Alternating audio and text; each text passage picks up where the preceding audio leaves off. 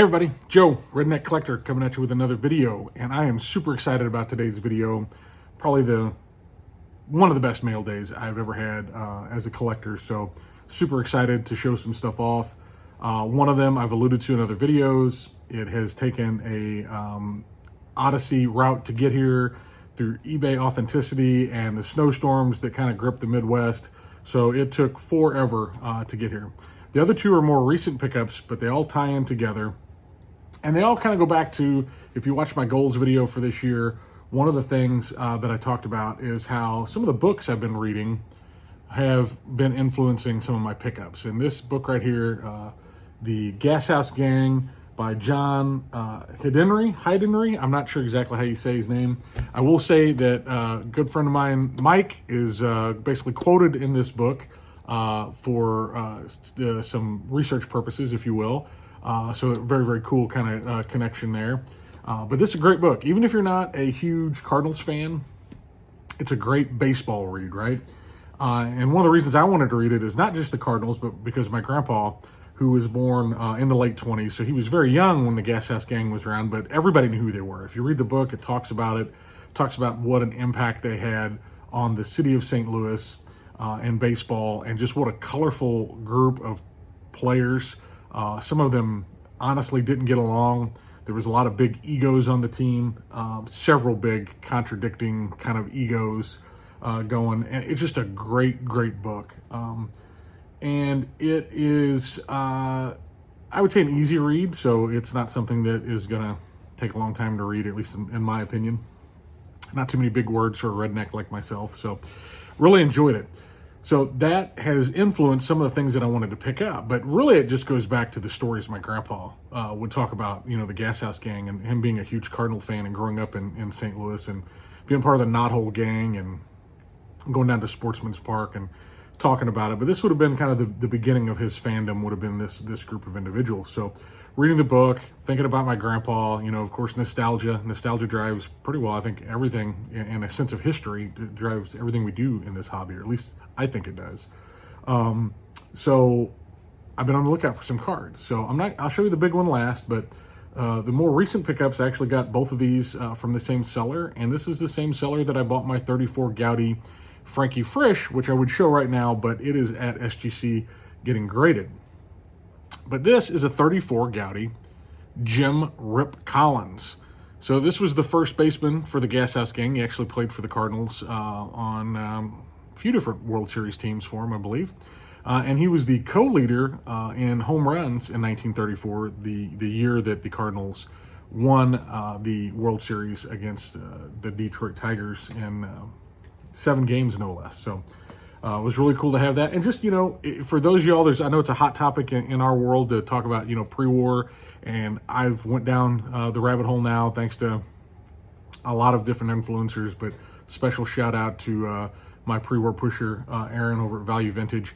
But that card right there was $30, and it's a sharp copy, right? I'll probably grade it. I think SGC is going to maybe turn into my pre-war grading, because I'm not chasing any registries there. I'm impatient. PSA announced today they're raising prices, not by much, but they're backed up. So that's probably going to SGC just like the Frankie Frisch did. But $30 plus my grading fees, I think it'll probably grade, that one will probably grade a 3, because it does have just a couple issues, but no creasing or anything. Beautiful image. Awesome card. $30. You're getting a Goudey's. And if you've not held a Goudey in your hand, because I hadn't until just recently, they're just something about them, man. They just feel awesome. The stock, and they're very cool. Go out and get you a Goudey. Get somebody like Rip Collins. He's not a Hall of Famer, but get somebody from your favorite team, or somebody who, he was a co-leader, 34 home runs in 1934. In 1934, I think he had 35 home runs. Anyway, next guy that I picked up, same seller, I got Rip and this guy together, is none other than Pepper Martin. One of those colorful personalities. My grandpa used to talk about Pepper Martin a lot. His, God-given name was John Martin, but he was known as the Wild Horse of the Osage. He was born, I believe, in Oklahoma. And if you're familiar with Oklahoma, Arkansas, Southwest Missouri, all through there, it's kind of the Osage area. And he was born there, but he was the Wild Horse because of his just kind of pure, unadulterated speed. He was a speedster, right? He stole a lot of bases.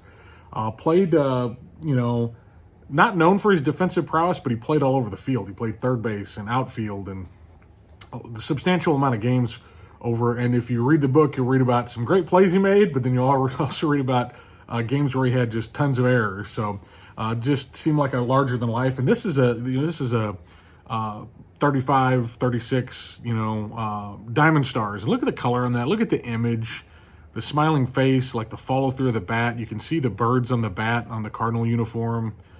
Just very, very cool. Read about him on the back of the card. I didn't show the back of the Goudey there, but there's the back of the Jim Rip Collins. And that, a little off-centered, but I think that Pepper Martin is a little bit nicer card. I think that probably grade like a 4. And I bought both of those cards out the door. I think it was free shipping from this, but taxes and all, like $100 and some change, like $100.67 or something.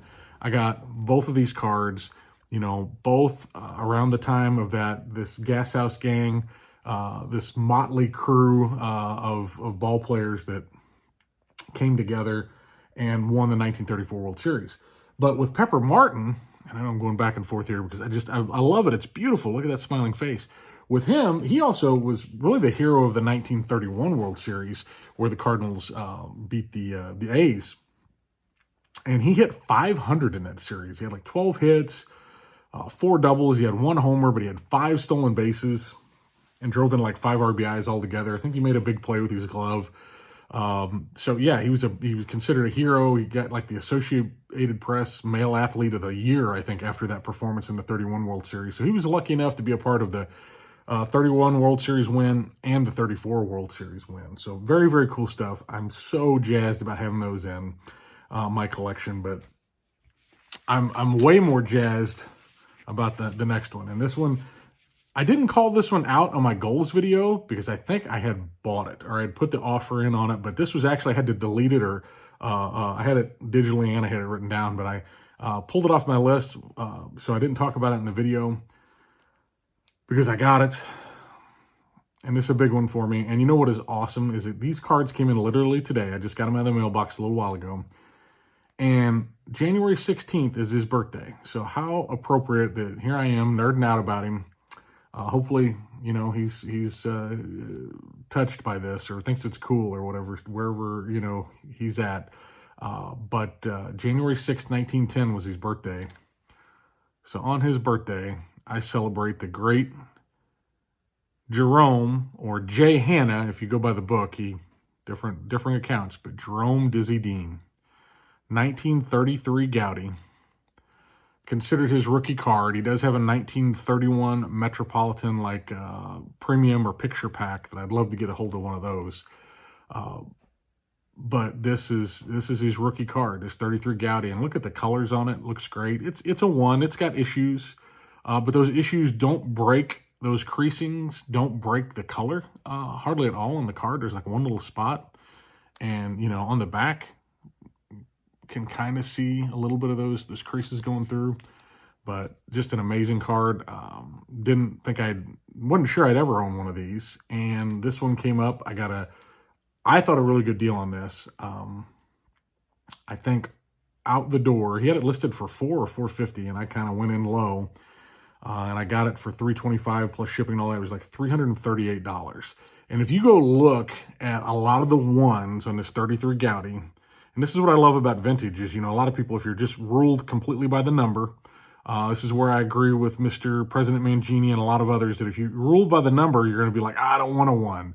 Well, there's some ones out there that are dog crap, man. They look like they've been wadded up. The eye appeal is not there, right? I mean, it's still a 33 Goudey, it's a Dizzy Dean, but this is a 1 that still pops. The centering on it's not bad. There's no paper loss. And for $338, I'll take it because that's on the low end, same price as some of those that are those not so great copies. So extremely happy to have it. Guy, the book really, if you read the book, it focuses a lot on him because he is larger than life. I don't know who else does this, but when I read books, a lot of times, and I've heard some announcing from Dizzy Dean, but I'll put a voice to it. So his country voice is in my head when I'm reading this book, and he's a very, boastful person, but also seemed to be a genuinely good fellow. He was the 1934 MVP. This is before the Cy Young Award. He was the last. He won 30 games exactly that year, and that was after holding out for missing some starts. He still won 30 games after missing like 2 weeks or something like that, 10 days.